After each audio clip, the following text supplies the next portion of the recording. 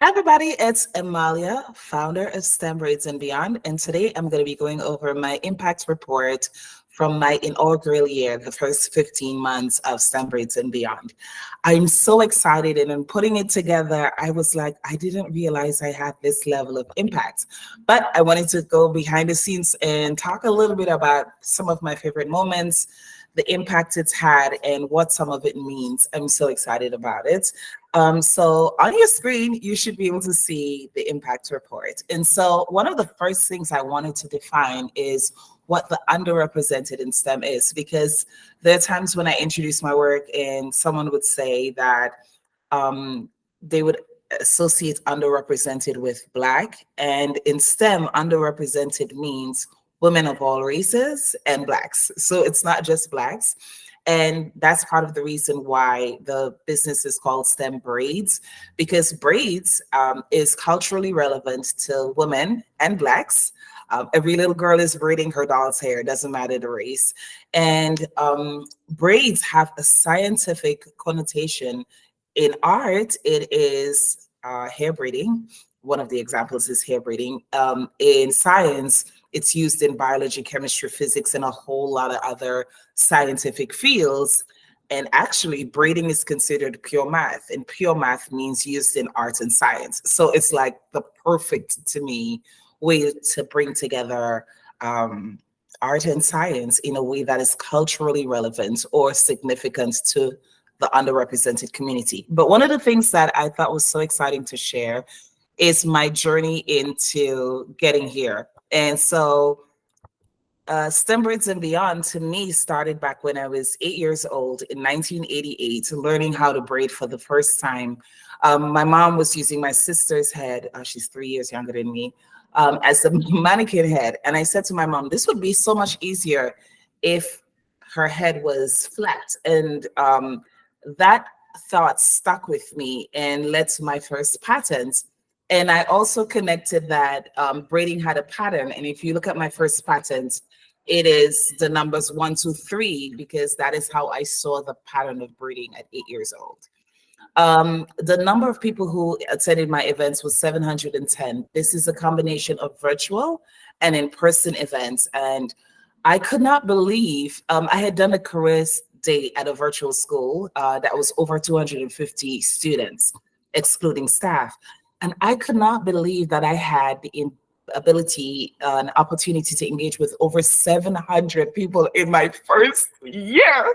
Oh my gosh. So yeah, I was really thrilled about that. And, it's literally was like for every two under 3 students, there was an adult involved in their life caring about STEM for that child. And that just meant so much to me. My event partners were primarily community organizations and education services. And I love working with them. My focus for 2024 is going to be K-12 schools and colleges. And part of it is because I was able to collect data and realize that education services, education organizations are great for reinforcement.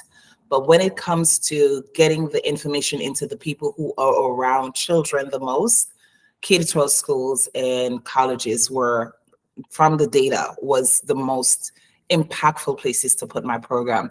But nonetheless, it was the education organizations that helped me make that identification. What was so beautiful too is that most of the students did not know that braiding had a STEM connection. And it made it so attainable for people of both genders, girls and boys, males and females. And because my program is pattern recognition based, and so it's on a computer, a lot of the kids the boys especially, don't mind learning to braid because it's a computer. I'm about to show you a picture from one of my events. It was actually my first event. And it's my favorite, literally my favorite picture. Let me show it to you. Boys would turn everything into a sporting event. I kid you not. And this is the kid right here.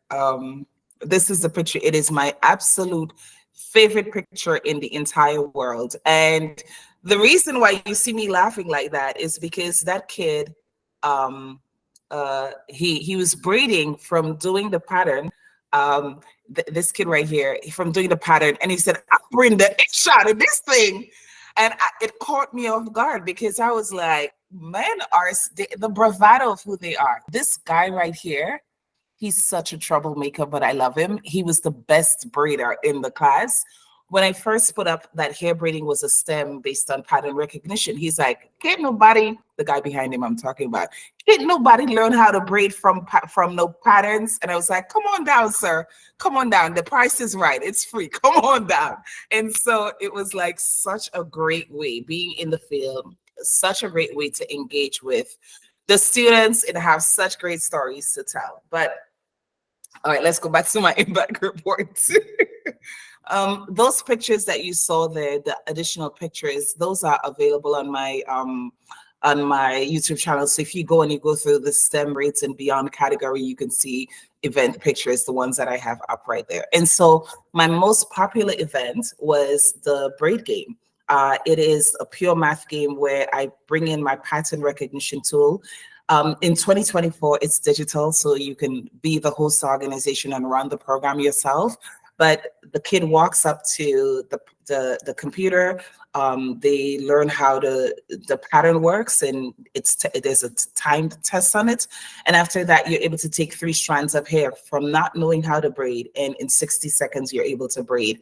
I also added a cornrow level, which allows the kids to learn the pattern it takes to make cornrows, and a video that walks them through the instructions if they're struggling with translating the pattern into a physical 3D representation of braiding. And that is, for me, so exciting. I had a few keynotes where I got to talk to organizations, corporations about STEM in the underrepresented community, and that just means so much to me. My event partners literally came from all over. I had Baltimore City, I had virtual was my second highest requested events, Montgomery County, Anne Arundel County, Baltimore County, PG County, and even organizations in DC. I had Frederick County, Howard County, and I had 2 organizations from New York. So that was really, really exciting. And also in 2023, July of 2023, I launched my Silver Bullet podcast. My first guest was booked 35,000 feet in the air, and he was a pilot for one of the top 3 airlines in the U.S. And when I landed, I didn't even fully have a podcast. I just told him because I had the idea, but I was like, I don't even know how to structure it. And by the time I landed, I had my first guest a week later. And I reached out to everybody who I knew that was in STEM, and I got 31 guests for my first season. Season 2 kicks off in 2024, but in 2023, I had 31 guests. Can you believe it? 14 hours of content. What was incredible to me is that the people who were in STEM, who were underrepresented, they felt the need to let their voice be heard because they felt like in their younger years, there wasn't enough information about STEM out there. And I was just like, so humbled that somebody would trust me with their journey and their story. And I kid you not, I really love, as an introvert, for some reason, I really, really, really love interviewing guests. So for me, that was so surprising. And the last thing is the word from me, where I talk more about my program, and I'll just go ahead and read that out. Looking toward 2024, our mission continues to be highlighting that academic and STEM literacy needs to be a priority to K-12 and college universities for underrepresented students. STEM discovery needs to be a complement. With this in mind, we have added 2 additional STEM program initiatives, pure math activities, in addition to our hair braiding STEM program, and a train-the-trainer professional development program. Our measurable program outcomes will be centered around the following: K-12, empowering academic prowess with each student STEM career identified by 11th grade. We believe if a child is asked what they want to be when they grow up, and the response is not a STEM job, the chances of that child pursuing STEM is not there. For colleges, empowering academic advisors to identify and align non-STEM students to the appropriate STEM career. By aligning non-STEM students to a technical equivalent in their degree, college STEM degree enrollments increase, lower attrition rates, and it reduces the STEM gap. I have one request. If you're aware of any resources or partnerships that can increase our impact, please let me know.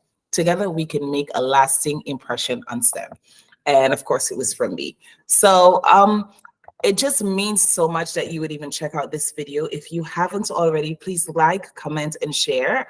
Without the people who are advocating for my work, the mission of STEM Braids and Beyond cannot move forward. So your support means the world. I appreciate you for watching. Bye-bye.